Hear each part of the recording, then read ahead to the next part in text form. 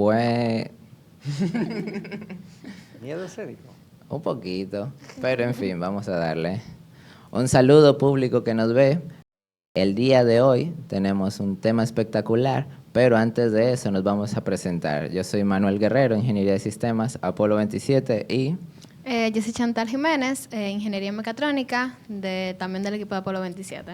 entonces principalmente el tema que viene a cabo es uno que viene siendo interesante, debido a que, dado que nosotros somos un equipo que explora el espacio y que tiene interés en toda esta temática de las estrellas, galaxias y cómo llegar a ellas, un tema que acude a esto viene siendo de que eso queda lejos y de que realmente hay muchas cosas que ver y poca vida para vivirlas. Entonces, para esto trajimos a un experto del área que viene siendo el doctor Luis López Tallá, soy médico cirujano plástico y presidente de la Sociedad Dominicana de Medicina Antienvejecimiento. Bueno, doctor, viendo su historial, usted conoce mucho del área. Conozco de que estudió en Brasil, de que inclusive es profesor en España y en sí, ya para entrar en materia, llegar al espacio se puede decir que es un camino corto, solo hay que atravesar la atmósfera. Pero llegar a otro cuerpo celeste como, por ejemplo, Marte, que viene siendo parte del proyecto de Artemis, viene siendo, por no decir poco, algo lejano. Entonces, la realidad es que la esperanza de vida de un humano muchas veces se toma en juego como que es muy corta para todo lo que uno puede hacer. Y tengo entendido de que, o sea, a nivel de antienvejecimiento viene siendo una excelencia. Entonces, la esperanza de vida, ¿qué tanto ha podido aumentar en base a los conocimientos que tiene? Increíblemente, la expectativa de vida ha ido aumentando vertiginosamente en los últimos 20 años. O sea, para poner un ejemplo, hace 20 años en República Dominicana la expectativa de vida era 73 años. Anteriormente, ustedes son conscientes de que una persona que llegase a los 50 años parecía el que es de 70 hoy. Y el que era de 70 en esa época parecía el bisabuelo de la familia. Y hoy en día tú ves una persona de 50 años que es un muchacho y ves el de 70 que es un viejevo. Entonces la cosa ha cambiado, pero en el mundo en general ha ido en aumento vertiginoso y es preocupante para las comunidades en lo que es lo financiero, porque las pensiones, las jubilaciones conllevan a acarrear que esa persona viva hasta los 90 y los 100 años y hay que mantenerlo de manera pasiva sin esa persona aportar más al sistema contributivo. Entonces, es una cosa que es muy puntual y es preocupante. Acuérdate o acuérdense que la pandemia, que según algunos fue una guerra biológica para reducir esa población dependiente de las pensiones, no surtió los efectos deseados y hay pacientes que en vez de haber muerto súbitamente después de la contaminación por ese virus, el COVID-19, al contrario, duraron 2 y 3 meses en cuidados intensivos y gastaron millones de dólares en su reinserción social. Entonces, hay un concepto que está en boga desde el año 2012, o sea, hace 13 años, que es la epigenética. ¿Y qué es la epigenética? La epigenética es qué yo puedo hacer con mi estilo de vida para silenciar a mi codificación genética. O sea, muchos escuchamos, no, que mi abuela era diabética y yo soy diabético. Sí, pero ¿qué diabético tú eres? ¿Tipo 1 o tipo 2? ¿O el tipo 3? El tipo 1 es el que nace diabético, esa es la hereditaria. Pero la que usted cosecha con su estilo de vida y generalmente recoge los frutos a los 50 años, a los 40 y tantos, la compró usted con el consumo de procesados. Entonces, por lo general, la epigenética representa tradicionalmente el 20%. Es la genética y el 80% la epigenética. Ahora hay estudios más avanzados que dicen que la genética es el 7% y la epigenética el 93%. Pero yo soy más moderado. Pero imagínese usted que usted tiene el chance de que su casa coja fuego en un 20% y usted pone detector de incendio, de alarma de humo, irrigación si hay humo, entonces usted redujo eso, que es difícil que se le queme. O sea, para aplicarlo a una práctica lógica de pensamiento. Entonces, si nos trasladamos a lo que es los orígenes de la humanidad, que venimos del Paleolítico, eso es mucho antes de la Revolución Agrícola, o sea, los problemas de la humanidad se presentan luego de que viene la Revolución Agrícola con los cereales y los procesados. En desentierro de cadáveres de la época de hace 10.000 años, comunidades que existían en esa época, eran arrasados por pandemias. O sea, como no estaban vacunados ante ciertas enfermedades como la peste bubónica, por ejemplo, esas comunidades venía una pandemia de estas y arrasaba con la aldea. Pero en los desentierros de cadáveres se demostró que no tenían caries, que no tenían osteoporosis, que no existía mortalidad materno-infantil. Y esto quiere decir que por su estilo de vida eran poblaciones resistentes a los embates de la modernidad. Entonces, ¿qué hacían estos señores? Dormían en cuevas oscuras. No había ningún bombillito que fastidiase las porfirinas que se producirían para hacer que se produzca melatonina y que el sueño se convirtiese en reparador, como lo hace la modernidad. Entonces este señor se levantaba cuando salía el sol, no se desayunaba una harina condimentada, ni una bebida llena de caramelo, y al contrario, él salía a caminar por los montes, tomaba agua mineral de un manantial y iba detrás, comía unas frutas de temporada que había en el monte, y iba detrás de una presa para proteína animal para el sustento de su familia. ¿Y esto qué quiere decir? O sea, que la persona se ejercitaba, se hidrataba bien, tenía sueño con higiene del sueño y comía poco. Y uno de los pilares de la medicina antienvejecimiento es la restricción calórica, o sea, comer poco. Hoy en día quieren inducirte a comer 5 veces por día, pero porquerías procesadas, plásticos condimentados que vienen en bolsitas coloridas y que te conllevan o conllevan a la población a sufrir de enfermedades crónicas propias de la modernidad. Entonces la medicina antienvejecimiento es la que busca alertar para prevenir. Porque, o sea, por lo menos lo que es actualmente, como tal la comida procesada viene en sí de lo que se podría decir generar más a partir de menos. Entonces, el tema viene a cabo porque, por ejemplo, comer sano y como quien dice más natural, sin tanta industrialización de por medio, es lo correcto y lo que te da como que una esperanza de vida mayor. Pero a nivel poblacional, entiendo que no hay la capacidad de que haya tantas cosas naturales para la cantidad de personas que quieren comerla o que necesitan comerla. Eso es relativo porque lo que no es voluntad. Por ejemplo, en nuestro país se producen muchas cosas y han habido escándalos a través de todos los gobiernos de la era democrática de lo que es la voluntad política. O sea, hemos escuchado los escándalos.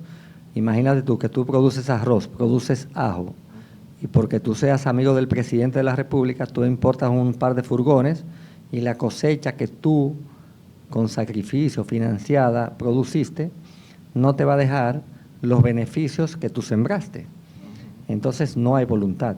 Aquí se producen, como decía mi amigo Hipólito Mejía, Y cuando le decían, presidente, que el pan está caro, coman víveres. Y entonces tú has visto que no es una ni dos veces que dentro del programa del desayuno escolar, y no estoy hablando de política, estoy hablando de noticias publicadas que se pueden buscar en las plataformas digitales, de cuántas intoxicaciones por el tal desayuno escolar se han producido en la historia de la vida democrática, porque es un negocio y es clientelismo político. Señores, si a los niños le dieran chicharrones, huevos, víveres, ninguno se enferma. Pero hay un clientelismo, hay la financiación de la campaña electoral en todos los gobiernos, y no nos vamos a referir solo a la alimentación, el asfaltado de las vías públicas. No bien van a pintarle las rayas divisorias y ya el hoyo está peor que antes del bacheo. Y eso se ha repetido décadas tras décadas de la vida republicana. O sea, no se ha resuelto, y no quiero caer en un cliché político, ni estoy hablando mal de ninguna gestión gubernamental. Lo mismo pasa con la alimentación. O sea, un plátano, por más caro que esté, cuesta más barato que un producto procesado, que es importado. Pero ¿qué pasa? Que la gente le entra por los ojos lo que es la lujuria y el deseo. Entonces, pero no solo eso, que las multinacionales que están asociadas, tanto la alimentación como la farmacéutica, son socios, porque la intención es crear enfermos crónicos para consumir medicamentos de alto coste y enfermedades terminales.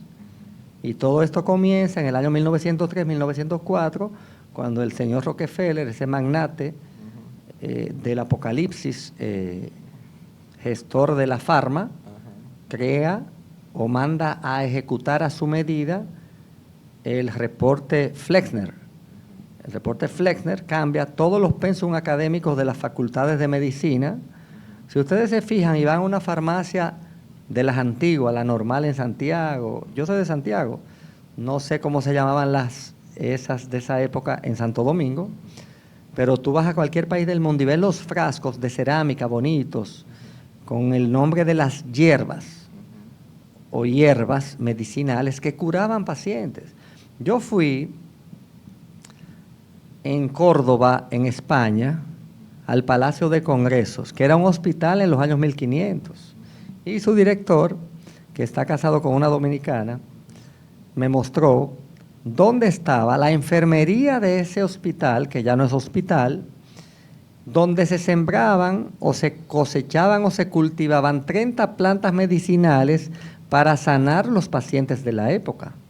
Y eso se destruyó. O sea, quedan los registros del nombre de las plantas, y todos sabemos hoy en día, con la democratización de las redes sociales, de los proyectos como los de ustedes, que desvendan muchos misterios, se sabe, se conoce y se lee qué propiedades tiene tal sustancia.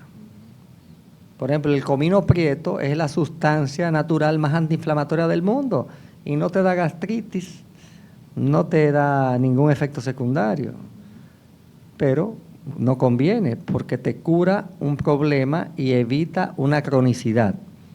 Entonces, hoy en día hay dos tipos en la población de personas: los borregos del sistema o peones de la farma o peones de la industria, y los que despiertan e investigan por sí mismos. Tú ves la gente enganchada viendo reels de estupideces, riéndose, con un mono encaramado arriba de un perro y agarrándole del pico a un gallo, y otros que investigan la realidad y se nutren y pueden edificar y aportarle a su comunidad. Entonces es sencillo, usted elige hasta dónde hace su tarea, todo está ahí. Lo que usted tiene que ver la fuente y el contenido. Siguiendo con el tema del envejecimiento. Cuando estaba en secundaria, pues yo tenía un profesor que nos hablaba de esos temas, de lo que es el humano versus la inteligencia artificial, la tecnología, etcétera. Entonces, dentro de unas de esas exposiciones o videos que él nos mostraba, pues planteaba la idea de la enfermedad, del envejecimiento como una enfermedad y no como una etapa del desarrollo humano. Entonces me gustaría saber su opinión desde el punto de que sabemos que el envejecimiento posee síntomas como deterioro, etcétera, que son iguales a lo que sería una persona enferma. Y me gustaría saber, desde su punto de vista, ¿usted ve el envejecimiento como una enfermedad o simplemente como un proceso de desarrollo humano? Mira, realmente ya, aunque es una institución cuestionada, muy cuestionada, la Organización Mundial de la Salud ya estableció hace unos años que el envejecimiento es una enfermedad. Y lo es. Ahora, ¿cómo tú envejeces? ¿Sana o enferma? Porque dicen achaques de la vejez. Pero no es lo mismo que tú hiciste ejercicio toda tu vida o que tú fumaste y fuiste sedentaria toda la vida. Son dos situaciones diferentes. Por ejemplo, yo trabajo en Corazones Unidos hace 17 años. Y el doctor Jorge Cuello Mainardi, que en paz descanse, psiquiatra, como la mayoría de su generación, fumó en la juventud. Tuvo un periodo, cuando tú duras 20 años fumando, ya tu cuerpo te la cobra, sea a mediados de tu vida o a final de tu vida. Si no debutas con un cáncer al inicio, porque hay gente que al año ya debuta con cualquier cosa. Y está el doctor Ludovino Sánchez. Ludovino Sánchez, maestro de la medicina, una persona que tiene rondando los 90, acaba de tener una influenza, que es un virus que afecta a las personas vulnerables, sobre todo a las de mayor edad. Y él estuvo hospitalizado, le dieron de alta y volvió con un edema pulmonar. Pero ya Ludovino está nítido. Pero Jorge tuvo el COVID, se fue a su casa, hizo un edema pulmonar, volvió, lo intubaron y no salió. Pero estamos hablando de un deportista con un estilo de vida saludable que está ahí y sobrepasó, y el otro señor que no era deportista. Entonces, todo es tu estilo de vida. Tú compras lo que tú quieras. Señores, y lo más barato es tener un estilo de vida saludable. Hay personas que me dicen, no doctor, que yo no puedo ir al gimnasio porque yo trabajo de tal hora a tal hora. Y yo le digo, ¿y dónde tú vives? ¿En una casa o en un apartamento? En un apartamento. ¿Y en qué piso vives? ¿En el cuarto? Digo, pero tú puedes perfectamente, cuando llegues del trabajo, subir 50 veces las escaleras. Y es el mejor ejercicio. Y si coges 2 galones, uno en cada mano, y lo subes con eso, espectacular. O sea, tú vas a crear masa muscular. Entonces, hoy en día está descrito en la literatura médica que la mejor reserva que tú puedes tener para tu vejez no es un certificado financiero, es masa muscular, porque de ahí depende hasta lo cognitivo. El tú hacer ejercicio te hace producir neuronas, evita que el cerebro se te encoja. O sea, estamos haciendo lo que no se debe hacer y estamos evitando lo que nos puede proteger, porque hay intereses. O sea, ¿cómo es posible que te transporten una bolsita plástica con un plástico condimentado dentro por todo el territorio nacional, le paguen anuncios en la televisión, en la radio, haya oferta de 3x1 y que eso te cueste menos de $1? Interprétalo desde el punto de vista pecuniario o financiero o empresarial. ¿Cuál es el lucro? Camión, chofer, climatización, estacionamiento, tiempo. Claro, enferma a la gente, entonces hace que tú pases a usar los medicamentos aquellos que son los que te van a matar. Ahora está de moda inyectarse para rebajar, pero lo importante es concienciar a la población para que no engorde. Pero no, eso va contra el sistema, el reporte Flexner, Rockefeller y la Pharma. Así de simple. Justamente yo estaba viendo hace varios días, me topé con un TikTok donde hablaba, no recuerdo cuál es el medicamento, pero sí sé que es un medicamento para diabéticos. Entonces la persona lo están usando para rebajar. Y pues sí, ¿qué usted cree sobre eso? Porque sí sabemos, o sea, es tanto así que hay escasez de este medicamento dentro de las farmacias y todo eso. Sin embargo, las personas, con tal de no hacer lo que es el ejercicio y todo eso, pues se inyectan, a pesar de que ellos mencionan, según, claro, para defenderse, que no es la salida fácil. Sin embargo, se ve dentro, o sea, se le nota afuera la diferencia entre ejercitarse e inyectarse, porque no sé, pero el rostro se le ve un poco más, ajá, no, como elástico. Y todas las personas en los comentarios sí veían como la diferencia y trataban de como de advertir, pero muchos, sin embargo, muchas personas dicen que no, que dentro de lo que es los rangos saludables, pues que no estaría mal el uso de ese medicamento para lo que es bajar de peso. Mire, ese es un punto muy álgido, porque aquí los dominicanos toman todo personal. Si tú hablas en un comentario general, la gente piensa que tú las estás acusando. Y es lamentable, son complejos. Son complejos. Y si son nuevos ricos, peores. Pues aquí se habla de pop y de guau, guau, guau.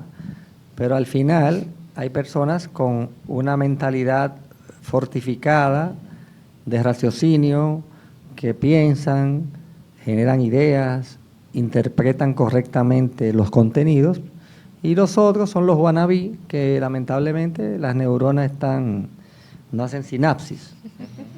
Entonces, esa sustancia que tú dices, mira lo que es lo interesante de la farma. Sale una sustancia que se llama Ozempic, que es para los diabéticos. Entonces se descubre que esa gente adelgazan súbitamente. Y entonces comienzan a usarla no para la diabetes, sino la gente automedicándose. ¿Y qué hacen los productores de esta sustancia? Que lanzan una para adelgazar, que es la misma, que le cambiaron la etiqueta y la venden al doble. Oye bien, entonces de los Ozempic pasan al Mounjaro, que es la última. Pero la gente no lee, señores, la bula, que es el papelito que trae la cajita del medicamento adentro con unas letras pequeñitas, que lo que sufrimos de presbicia no la vemos. Entonces, está escrito allí. Los estudios científicos ya están publicados porque eso tiene más de 5 años. Primero, produce sarcopenia, pérdida de la masa muscular. Ustedes recuerdan que hace un momentito les dije que la mejor reserva que podemos tener para la vejez es la masa muscular. Esto te la lleva al carajo. Produce en los hombres impotencia sexual. Puede producir pancreatitis y cáncer de páncreas. Puede producir cáncer de tiroides. O sea que si tú lo pones en una balanza, tú estás comprando el infierno o la muerte. Pero aquí no se miden consecuencias, lo que se mide es el inmediatismo, porque es la moda, es la tendencia. Nosotros, los nuevos ricos, tenemos que estar en un coche, un carro de tal marca, tenemos todo que usar la misma camisa con el conejito, con el puñito de flores volteado para afuera para que se vea, los zapatos de las 2O amarradas, que son italianos, y así sucesivamente. Lamentablemente carecemos de personalidad, carecemos de originalidad y queremos entrar todos en tendencia. Entonces, ni la medicina antienvejecimiento, ni el raciocinio está diseñado para el vulgo, para el común denominador. Es para la gente pensante. Hay terapias que son para los pensantes. Le voy a poner un ejemplo que está muy en boga hoy en día, por ejemplo, que es la terapia hormonal. Hoy en día se habla mucho de menopausia. Y nosotros hemos desarrollado una terapia hormonal para la menopausia, pero yo no he venido a hacer un anuncio aquí. A una chica de 16 años, en la pubertad, en la adolescencia, en el desarrollo, le sale un brote de acné y va al médico y le indica hormonas sintéticas para contrarrestar. A esa misma niña que tiene ovarios poliquísticos, le indican a los 16 años hormonas sintéticas para contrarrestar esto. Pero a una niña que es adelantada para su época y que es promiscua y que los padres no quieren que salga embarazada, le indican hormonas sintéticas para evitar que salga embarazada.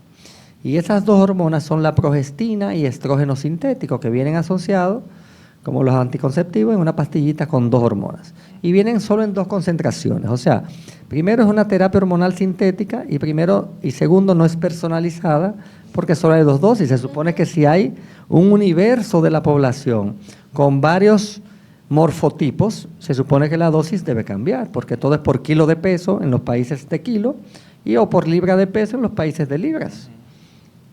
Pero ¿qué pasa? Ese mismo ginecólogo, dermatólogo, que le indicó a esa niña en esa época esto, es el que le dice que no se la tome cuando llega a los 45, que le llegó la menopausia, que sí la necesita urgentemente, pero no sintética, sino bioidéntica. ¿Y qué evidencia esto? La complicidad de la farma para que tú te enfermes crónicamente y llegues a tener osteoporosis, todos los cánceres que vienen de la mano. Porque las hormonas son mensajeros químicos. Lleva un mensaje, va de la glándula endocrina al órgano ejecutor para que tu cuerpo funcione plenamente. Cuando esto comienza a fallar, vienen los síntomas. Y hoy en día están descritos síntomas que ustedes se quedan horrorizados. O sea, hasta el zumbido en el oído, comezón en el oído, es un problema hormonal. El ojo seco, el glaucoma, la falta de energía, el insomnio, los dolores articulares, las palpitaciones, la migraña, la resequedad de la piel, las arrugas que tú mencionabas hace un ratito. La retención de líquido, el lipedema, todo eso es hormonal y tiene tratamiento. Pero ¿qué médico le solicita un panel hormonal a la paciente que llega a su consultorio a partir de los 40 años? ¿Qué oftalmólogo le ha pedido una testosterona libre a una paciente con ojo seco? Ninguno. Entonces eso es la medicina. Están los peones de la farma y están los que practicamos la medicina integrativa. Y a mí me da risa porque muchas veces me cuestionan, tanto en las redes sociales, los haters. Pero ¿y cómo usted de la cirugía plástica hablar de hormonas? Y se les olvida que uno de los pilares de la medicina antienvejecimiento es la reposición hormonal. Y yo estudié luego una especialidad llamada medicina antienvejecimiento y soy profesor de la Universidad de Sevilla de bioquímica del envejecimiento que abarca el tema hormonal. Entonces no es un enganchado, no es un aprendiz. Y dicho sea de paso, ese título de especialista en antienvejecimiento se homologó en la MESIT, que es la que dice en territorio nacional qué título es válido y cuál no es válido. Entonces la gente ni hace ni deja hacer. Yo estoy contento de que cada día hay más profesionales que han despertado, como yo, porque yo a los 40 y piquito dije, óyeme, yo a los 2 años de edad en mi casa dije que iba a ser médico, porque yo quería curar a mis padres que eran hipertensos. Digo, no eran hipertensos a los 2 años, pero yo dije a los 2 años, después lo fueron y de hecho yo quería ser cardiólogo. Pero después me di cuenta que ningún cardiólogo salva un corazón de un stent o de una revascularización. ¿Qué endocrinólogo te cura una diabetes o un hipotiroidismo?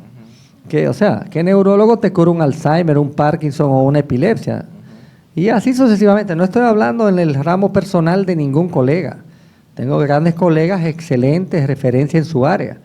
Pero la medicina tradicional, la de Rockefeller, la del reporte Flexner, fue diseñada para que las personas avancen en la cronicidad, se enfermen y se mueran. Entonces yo a los 40 y tanto dije, pero yo me siento bien, hago cuerpo seriado, las veo todas de espalda igual, con el mismo cuerpo. ¿Cómo que se llamaba? El combo que hacían, el GLS era, había uno que se puso de moda con un narcotraficante que tenía el nombre de un mes, que no vamos a decirlo, y él mandaba hacer un combo a un cirujano específico que era con 3 siglas. Entonces nosotros no hacemos eso. Nosotros despertamos, preferimos prevenir, alertar a la población, y el que sea inteligente y quiera dejarse ayudar es bienvenido, porque nosotros creamos contenido para eso. Por ejemplo, el papelito que te dan en el súper, que la cajera lo agarra con furia y lo dobla y lo soba, el de la tarjeta de crédito, la facturita de papel térmico, tiene bisfenol A, que es un disruptor endocrino. El perfume que tú usas es un disruptor endocrino. El detergente que tú usas es un disruptor endocrino. O sea, el papel de baño, mientras más oloroso y más fino, es peor para ti. O sea, el detergente, el ablandador de ropa en la lavadora, todos son sustancias químicas. Yo publiqué una historia ayer en mi Instagram de las 12 marcas que los oncólogos no indican de cosméticos. O sea, porque tienen disruptores endócrinos y cancerígenos. Unos son una cosa o la otra y otros las dos cosas. Entonces usted toma y deja, pero usted puede abundar. Y si usted no tiene el suficiente intelecto para preguntarle a Google, el ChatGPT está ahí. Usted le dice, actúa como farmacéutico y dime esto. Actúa como químico, actúa como explorador de la luna y dime los cráteres lunares, lo más cerca, lo más lejos. O sea, usted lo condiciona a que le dé la información que usted necesita, información puntual.